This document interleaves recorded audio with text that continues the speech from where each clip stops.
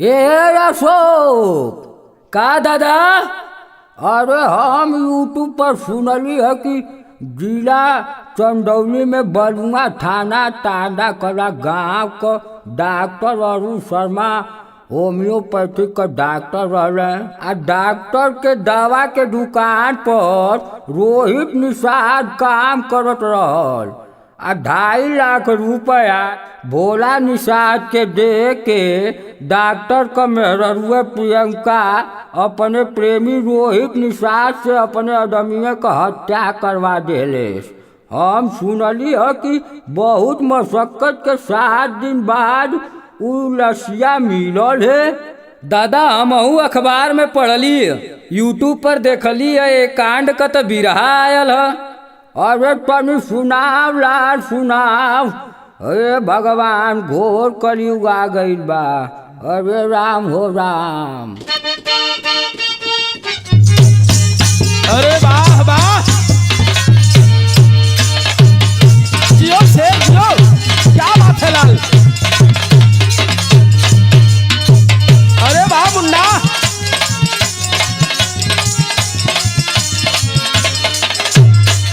जियो बहादुर, बारे मोतीलाल, बारे फतेह बहादुर, बारे बनारसी, बारे रामचरण, जियो जियो जियो।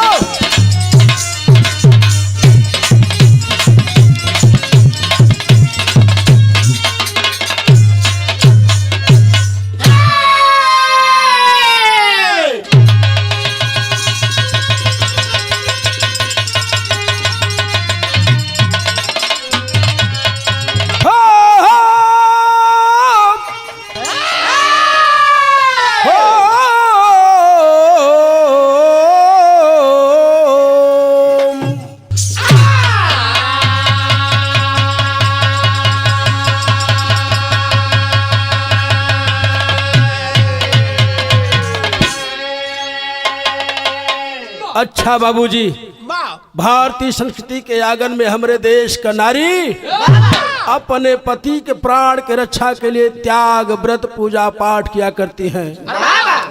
आंचल में आयु लंबा होने की भीख मांगती है, लेकिन कुछ पत्नी अपने प्रेमी की सह पर अपने पति की हत्या करवा दे रही है। जिला चंदौली से एक नई घटना आप सबके सामने जात बा।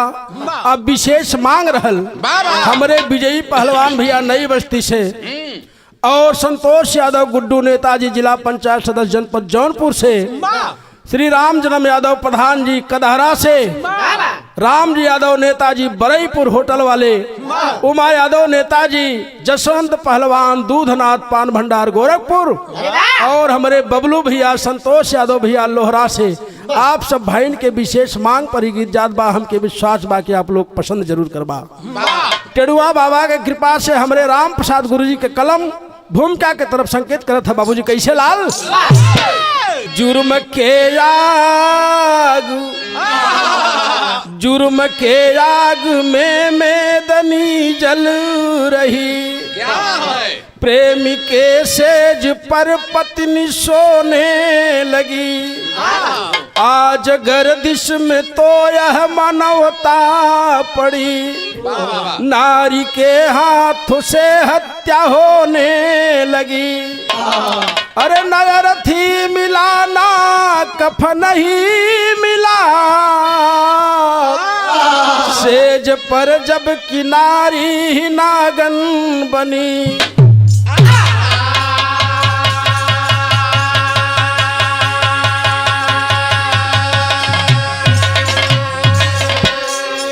बारे हमरे कवि राम प्रसाद बारे टेड़ुआ बाबा के आशीर्वाद। वो है गजल के लाइन लगल लाल कैसे हुआ बाबू।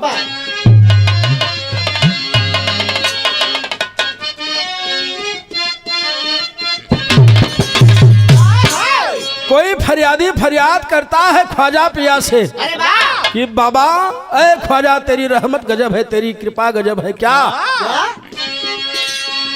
तेरी रहमतों का दरिया, तेरी रहमतों का दरिया सारे राम चल रहा है। तेरी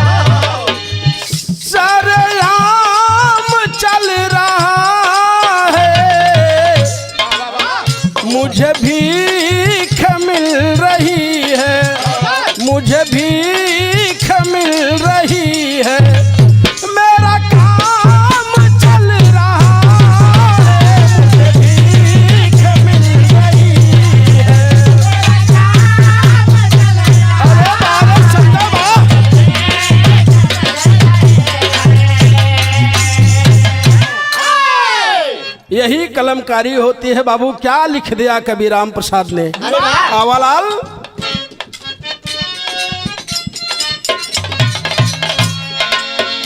हैवानियत किया हैवानियत की आग से इंसान जल रहा है। हैवानियत की आग से जाओ जाओ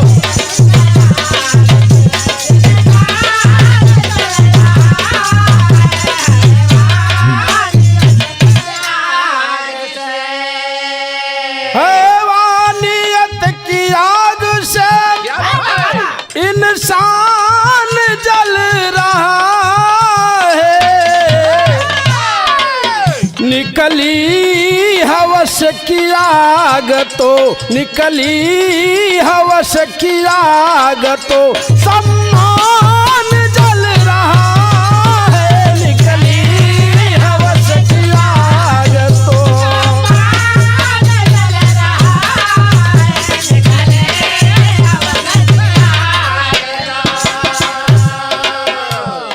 ए बाबू गजब की कलमकारी किया कवि ने। बारे टेड़ुआ बाबा के आशीर्वाद, बारे गुरु राम प्रसाद।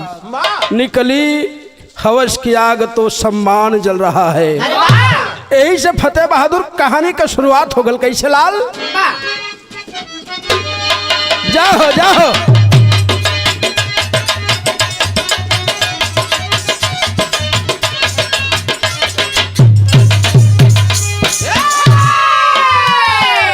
जहाँ किनारियों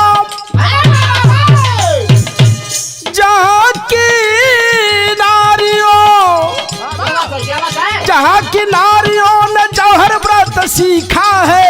कहानी वेद में सती होने का लिखा है।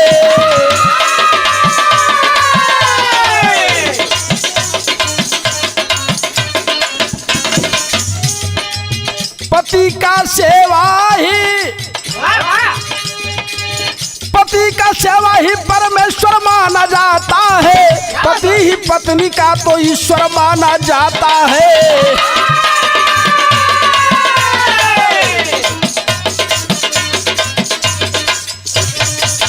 जिला चंदौली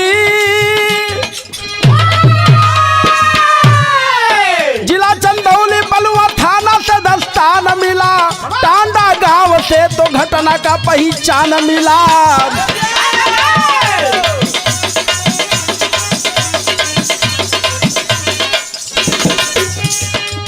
डॉक्टर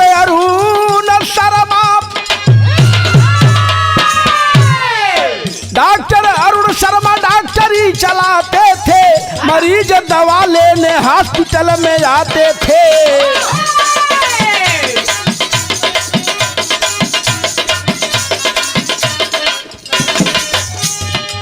सुशील शिक्षित घर में तो प्रियंका नारी थी। डॉक्टर साहब की सामाजिक चर्चा भारी थी।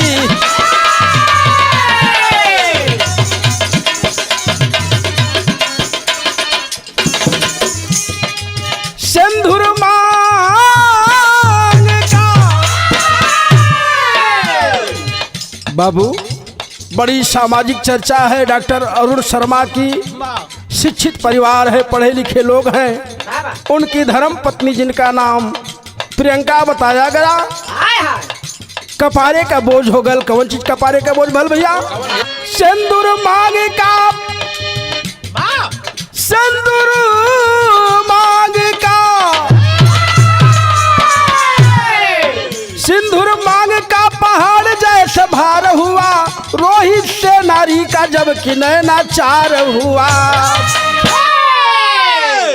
बाबू बड़ा प्यार से डॉक्टर साहब अपने पत्नी के पालत होन, पोषत होन, जोन मांगत बा देत होन। लेकिन ए रामचरण भाई जब इश्क के मार लगेला ना तो अच्छा पहलवान के गिरा देवेला।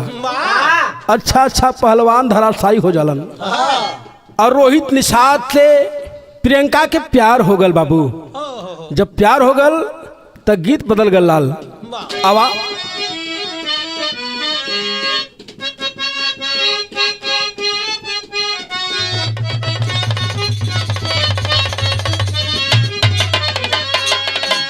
कौनो दूध ले वाला कमेहरारू ओसे कहत बा हिर के बेटा जन बल्टा हरा बा उठकर शिकायत करत बा।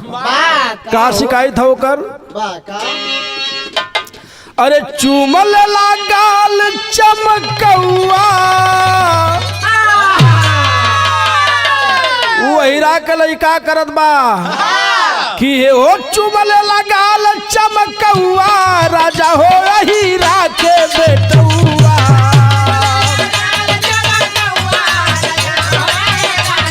अरे वाह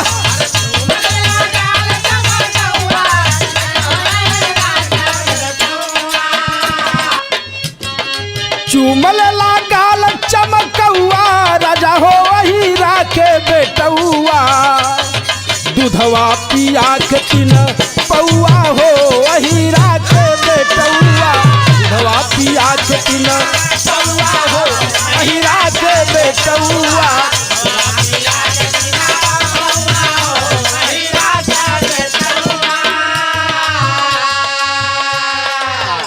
बिरहा में भाव लगल। रोहित निषाद और प्रियंका शर्मा के प्यार कैसन बा। पढ़ा लिखा परिवार है, शिक्षित परिवार है। कभी कसम खा करके आई थी कि पति परमेश्वर जी आपके सिवा किसी पराये मर्द की तरफ नजर उठा के नहीं देखूंगी। लेकिन आज करती क्या है? भाव लगा लाल। धाके साड़ी के उल्टा पलवा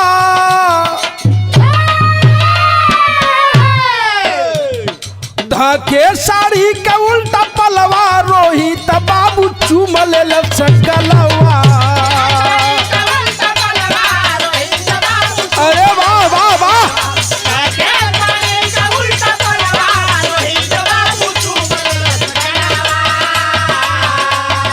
धाके साड़ी के उल्टा पलवा रोहित बाबू चूमल सकलवा।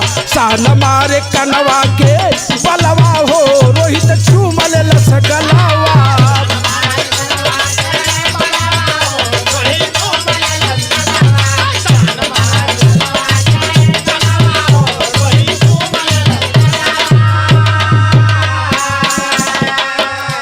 और फंस गईली प्रेमवा के जाल में जब नारी।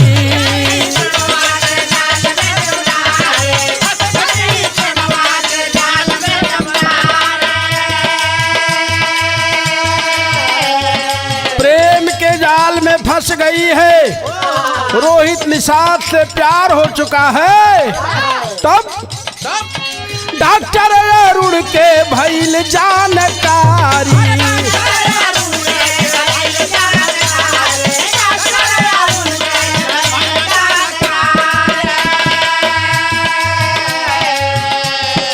टांडा कलाम भयल हलवा। पूरा गांव में शोर होवे लगल, चर्चा होवे लगल। टांडा कलाम भयल हलवा रोहित बाबू चूमल सकलवा। अरे जियो जियो संजय बाबू वाह।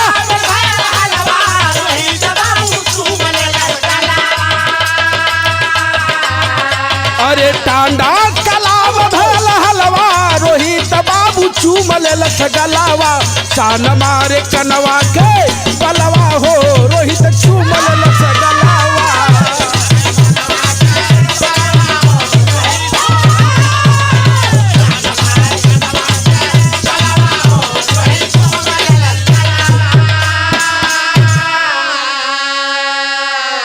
बाबू बतावल जाला तीन छुपाए ना छुपे चोरी हत्या। कहीं न कहीं चर्चा होने लगी है और ये चर्चा डॉक्टर अरुण शर्मा के कान तक गई। समझाते हैं अरे प्रियंका क्या कर रही हो? मेहरारून के आदत होला बुलुक से जब चुआ दी है ना कितनो बरियार मरद रहे बटूर के एकदम निहुर जाए के परला पनिया हो जाई सरवा। ए भैया डॉक्टर साहब कहना चला, लेकिन अगर ऐसा कुछ बात ऐसा आइंदा मत करी हा, ना तो बड़ी बदनामी हुई। के मानत बा, आखिर प्रेम पर वनाना चढ़ल बा, ता गीत लग गल लाल।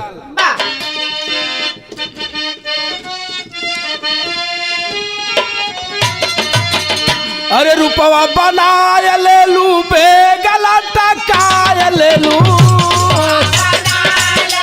अरे वाह वाह, क्या बात है बनारसी।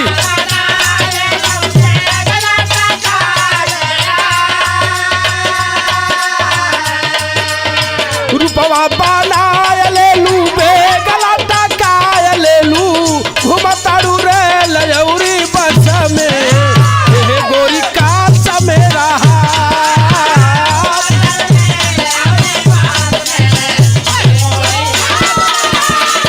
अरे जियो रामचरण बारे संदेश।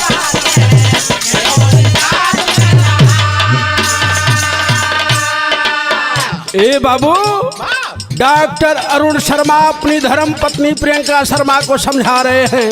कह रहे हैं प्रियंका, हाथ जोड़ कालन प्रियंका, का कालन?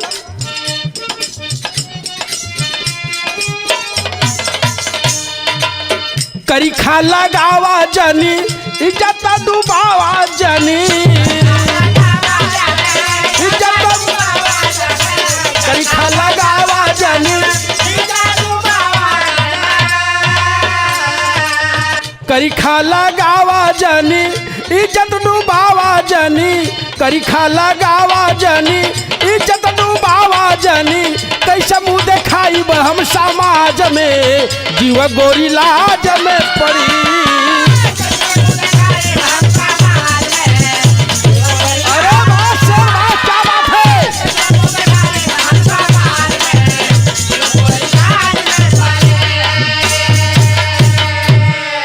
अरे प्रियंका, बार बार तुमको समझा रहा हूँ प्रियंका, तेरी समझ में नहीं आ रहा।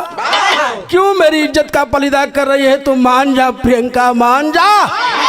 जौने पति का रोज पैर छूत रहल, आज जो है पतियों डॉक्टर अरुण शर्मा अपनी इज्जत के लिए अपनी पत्नी का पांव छूता है, बोलता है मेरी प्यारी, मेरी इज्जत को बचा ले प्रिय, ऐसा मत कर। लेकिन प्रियंका कहत बांतरा में का लाल, पुछला पे बाने लगली प्रियंका पवित्र हो।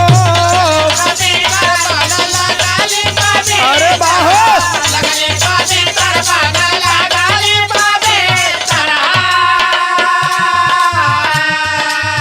डॉक्टर के सिखावे लगली तेरी आचरित्र हो।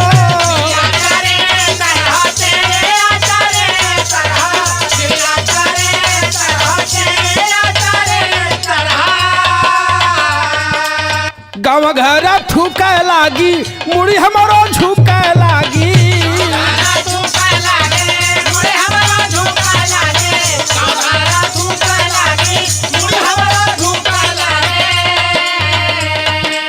अरे रहा बनी के रीतिया रिवाज में, जीव गोरी लाज में पड़ी। प्रियंका क्यों नहीं मान रही है? तो सारी मर्यादा मटिया मेट हो जाएगी रे।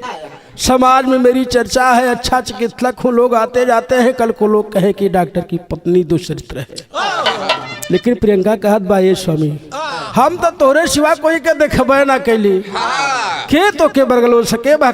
लेकिन ए बाबू, इतना के बाद भी मोबाइल फेसबुक व्हाट्सएप सब कुछ चलत बा, तो गीत बदल गल लाल। अरे वाह वाह वाह,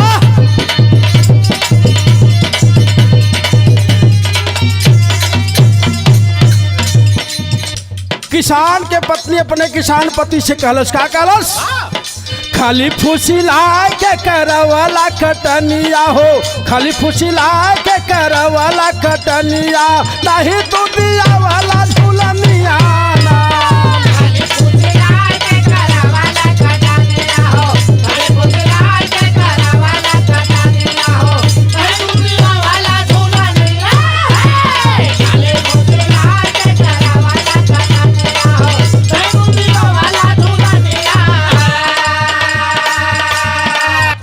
अरे फुलवा पे चोरी चोरी डाल के पहरावा हो, फुलवा पे चोरी चोरी डाल के पहरावा हो, रसती का फिर भी भावा रवाना।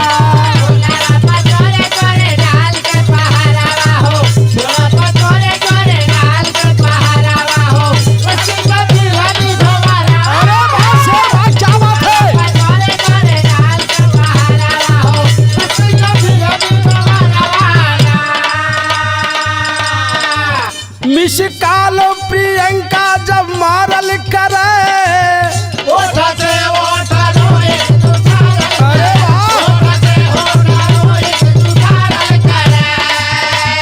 कोरा में ओढ़ाई के त प्यार के वो हरवा हो, कोरा में ओढ़ाई के त प्यार के वो हरवा, रस चूसा रोहित भवा रवाना।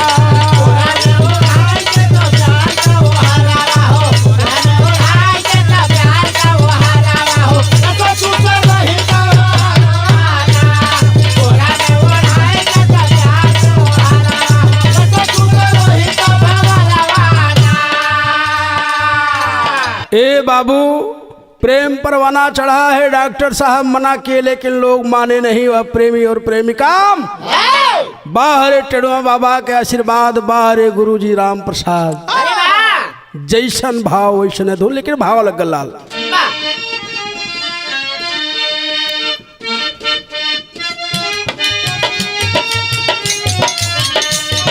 अरे वाह वाह,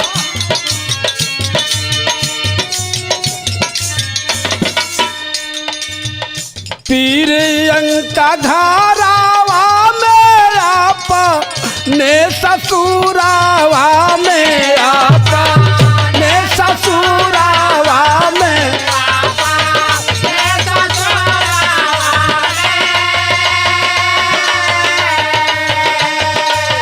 से जिया पे काई के सिंगारन हो रहा।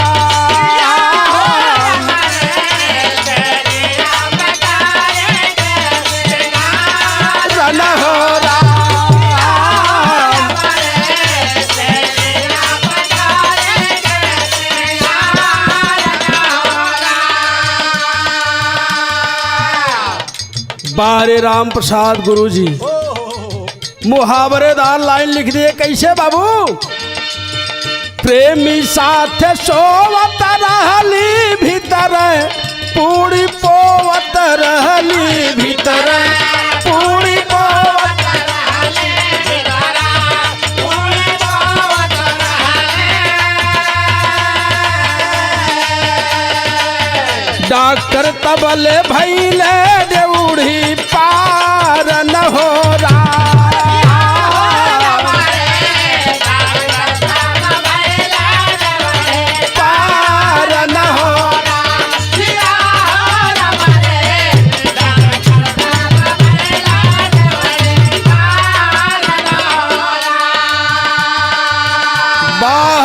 दुष्चरित्र महिला इतना मना करने के बावजूद भी नहीं मानती है। डॉक्टर साहब डिस्पेंसरी पे हैं, अपने प्रेमी को बुला करके सेज पे सोई हुई है।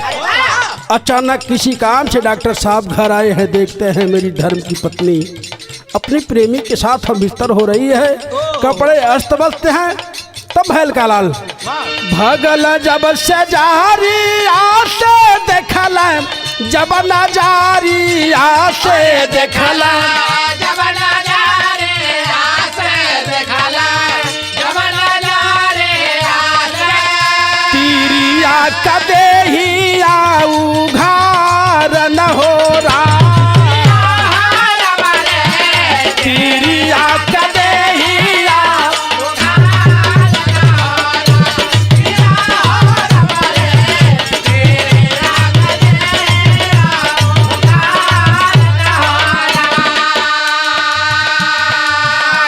बाबू, जब डॉक्टर अरुण शर्मा अपनी बीबी प्रियंका शर्मा को अपनी आंख से देखते हैं, तब यह इतना बात तक गड़बड़ हो गल, कांटा जैसे चुभे लगल रोहित के और प्रेमिका प्रियंका के। नारी चीना गहरी बनली, नारी चीना गहरी बनली, गारे कै कटारी बनली गारे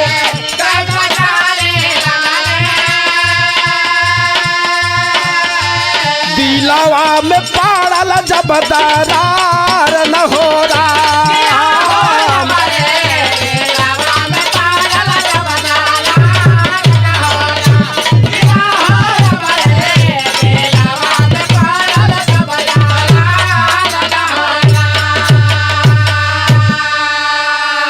ए बाबू, जब डॉक्टर अरुण शर्मा देखते हैं तब दोनों शर्माए लगलन। जान के लिन के डॉक्टर साहब जानत हुन तो काल के बवाल हो चुका, पंचायत करा दी, बड़ी बदनामी हुई। तब भाव लगल ललका कि रास्ते के काटा के हटाई जरूरी है। भाव लगल प्रियंका जननवा के प्यार के करनवा,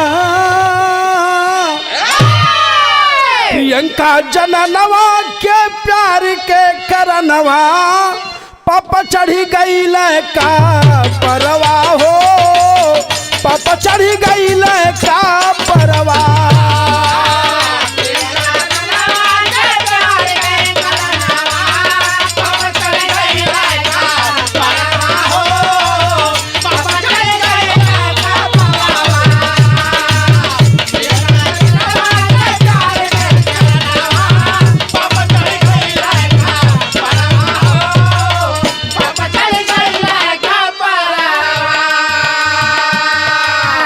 कपारे पे पाप ना चलगल बाबू।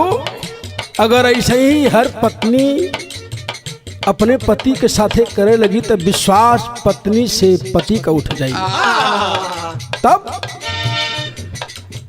कैसे कोई घरनी से अपन पति आई,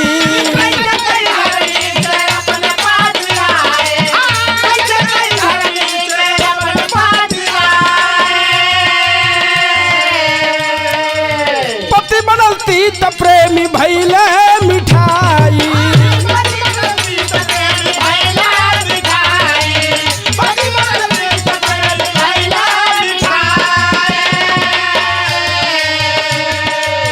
आज पति दुश्मन हो गया और वह रोहित निषाद उसका सबसे प्रिय हो गया। तो करती क्या है, खाना में डॉक्टर, अरे खाना में डॉक्टर,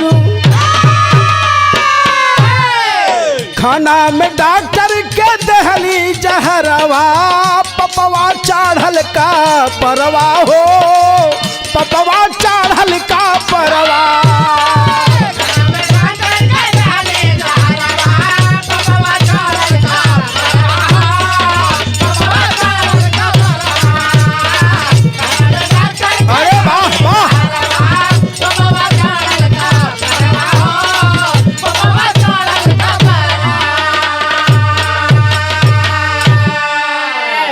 बाहरे जमाना बाहरे कलकाल अपने पति डॉक्टर अरुण शर्मा को भोजन में जहर दे देती है। जब जहर देती है डॉक्टर मूर्छित सा होने लगा तो प्रेमी को फोन करके बुलाती है। तब विदेशी अलग गला तो डॉक्टर अचेता भैला, नारी का गंदा नेता भैला,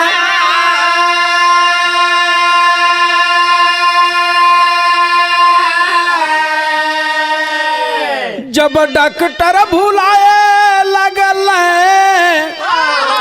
याद मोरे बाबूजी,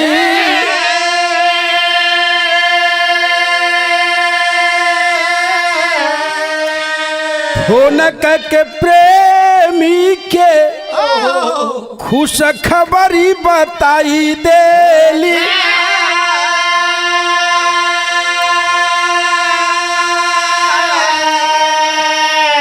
आयल ताबू पापी रोहित निषाद मोरे बाबूजी,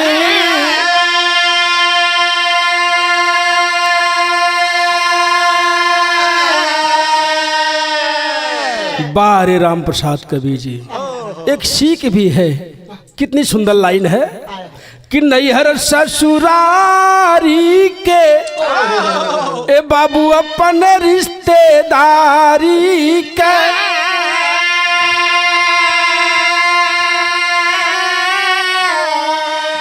बोर देले बड़ी मारू ज्यादा मोरे बाबूजी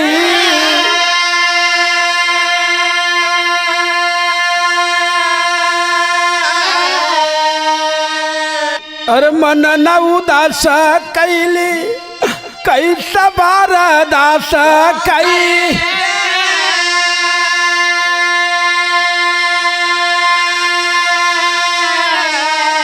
रे तदेला समुड़िया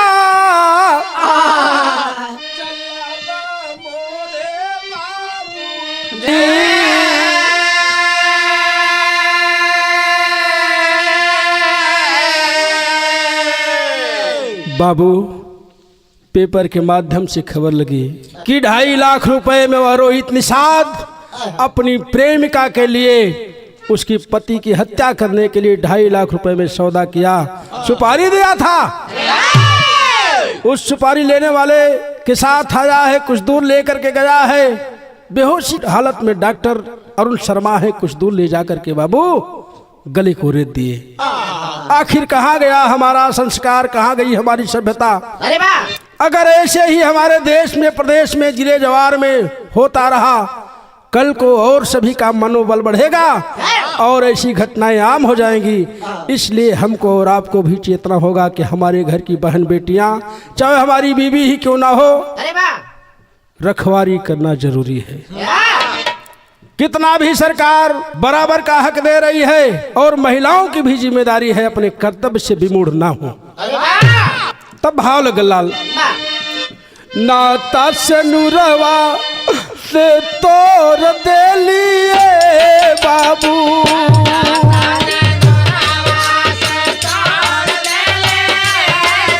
ओ बाहर जमाना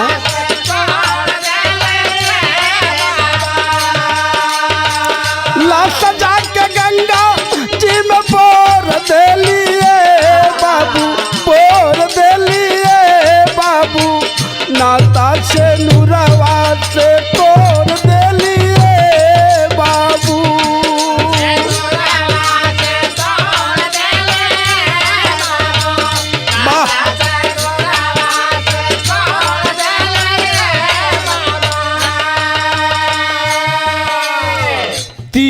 जनवरी 21 के बाबतिया,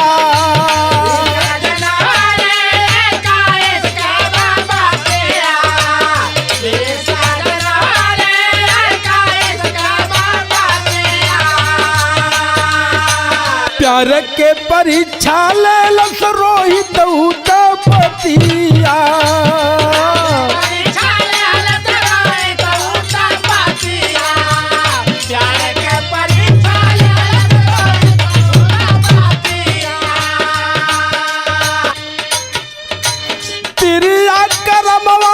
अपन फोर दे लिए बाबू, फोर दे लिए बाबू, नाता से नूरवा से तोड़ दे लिए बाबू।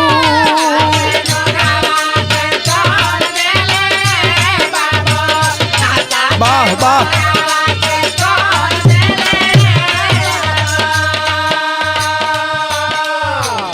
ए बाबू सिंदूर की दुश्मन बन गई, खुद ही अपने हाथों अपने सिंदूर को मिटा देती है। तब टेरी में भाव लगल फतेह बहादुर,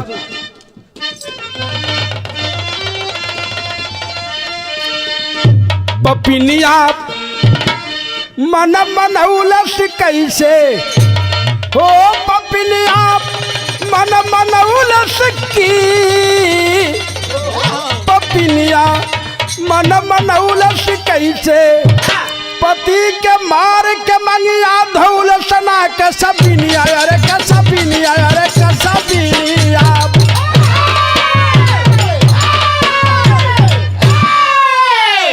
बारे राम प्रसाद कवि जी, पति के मार के मंगिया धोलस ना कश्मीनिया पपिनिया मन मनौलस कैसे। तब भाग गए फतेह बहादुर, बाहर वह जालिम औरत कि अखिया में उतरल नाही,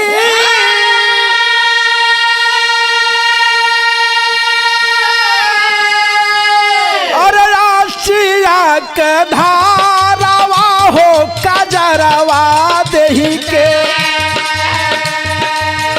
हो कजरवा कहीं से सवार ले हली बारवा हो कजरवा देही के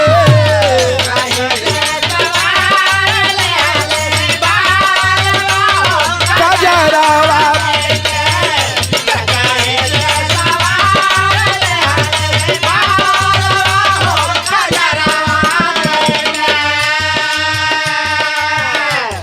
पति की हत्या करवा देती है। भोर हुआ है, 16 श्रृंगार 32 वर्ण बनाए के कचकचवा रूप बनाए के भोजन छनत बा। एक मेहरारू यह बा। तब धीरे धीरे घरावा में 2 दिन ओराइल,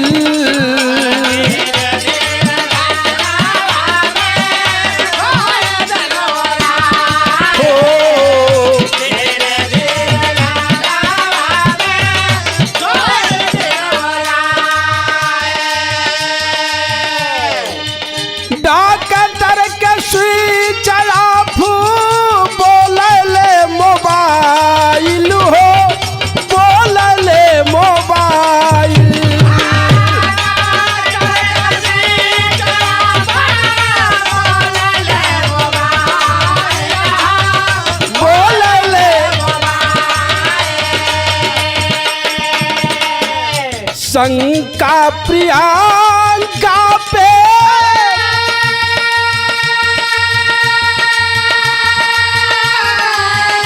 कैले बा परिवार हो कजरा हो कजरवाद कहीं से सवार ले हली बारवा हो कजरवाद।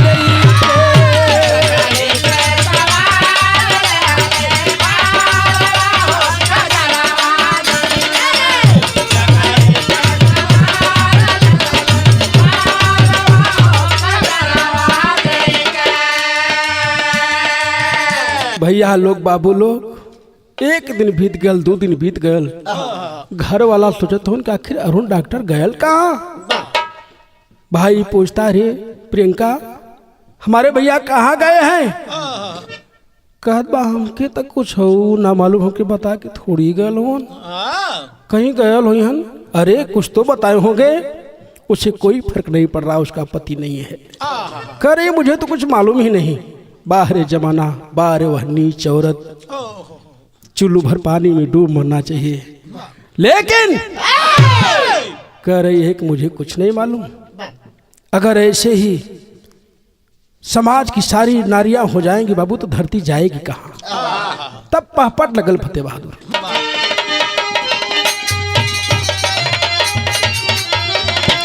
अरे मन में शंका समाई बलुआ थाने पर रपट लिखौला जाके देखा भाई बलुआ थाने पर।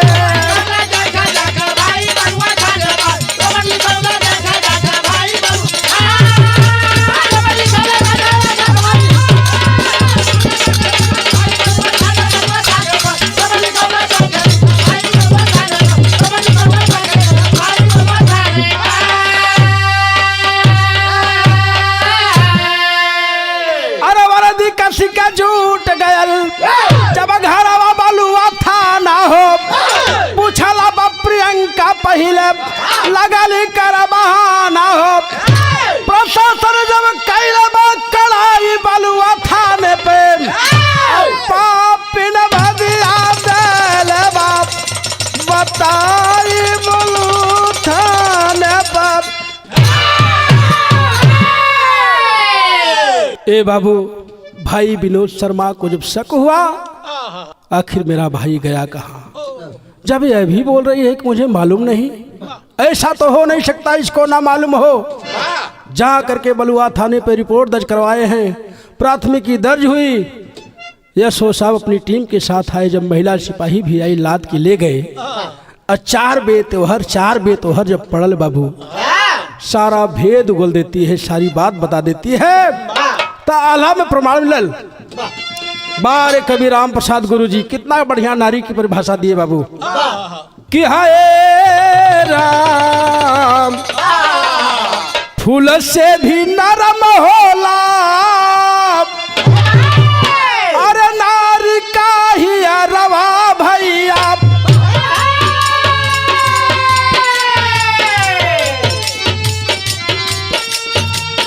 पत्थरों से काड़ा होले वक्त पे विचार,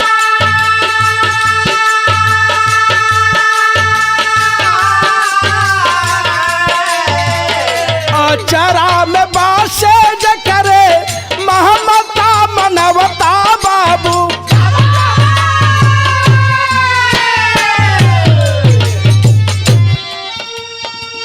आखिया में बासे लाजया सिया के धार,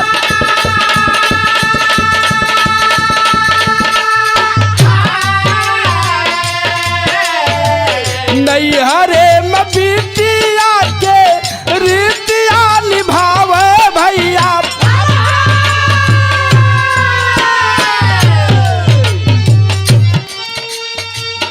घूंघट में बहू बन के रहे ससुराल,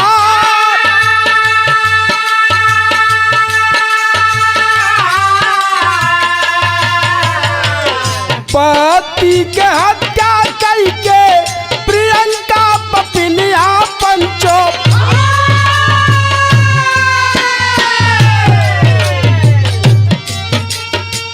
प्यार के होला बने देखौल सभी सता,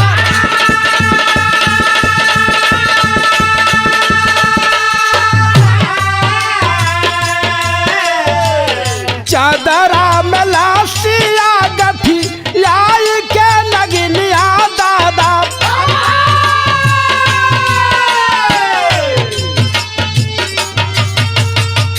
गाठरी के जाई से बनौले माया,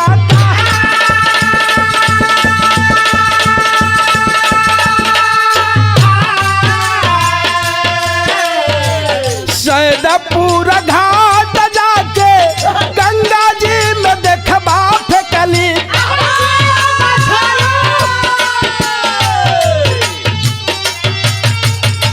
सोच के सगारावा में डूबल परिवार,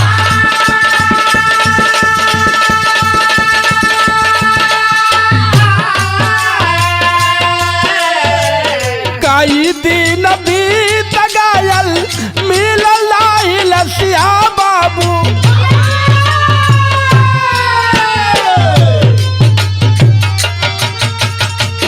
गंगा जी के तीरे लोग झाका मारा,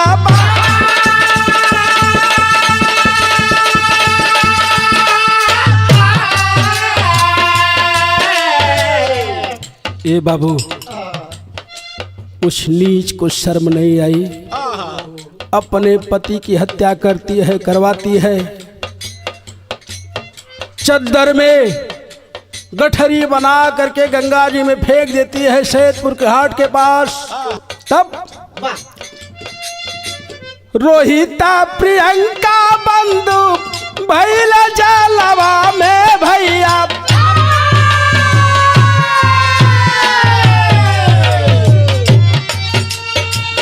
कोई दिल से नूरा भी मिलल नाही प्यार,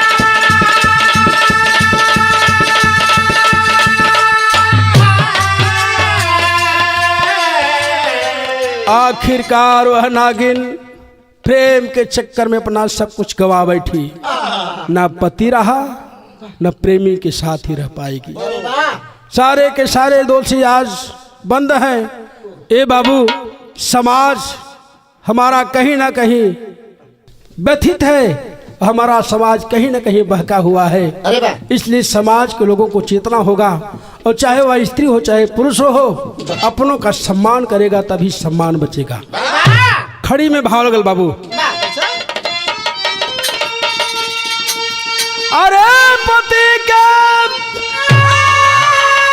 लहू से नारी जब लाई बाबूजी, तो कोई कैसे पातो हुआ बलि आई बाबूजी।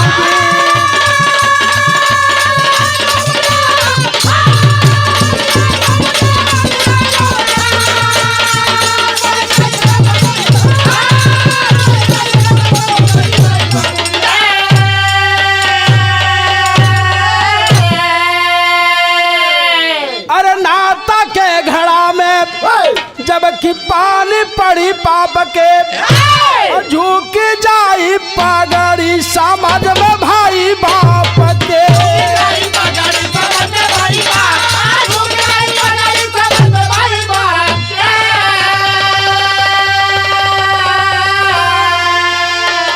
अरे बिटिया बहू बन के कैसे ससुर जाई बाबूजी, तो कोई कैसे पतो हुआ बलि आई बाबू।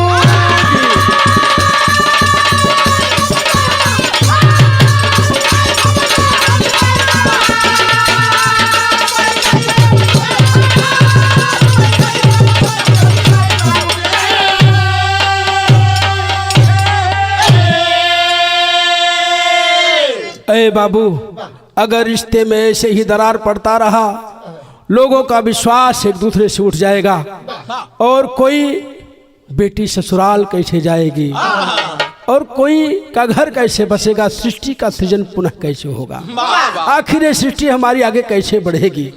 कहीं ना कहीं कुठाराघात है ऐसी कुरीतियां समाज पर, इसलिए सबको चेतना होगा, तब खानदान के परिचय लगल। अरे गुरु बिहारी, गुरु गणेश, हरिनंदन जी सहदेव, स्वर्ग बसे रामधारी, अरे चंद्रिका राम देव।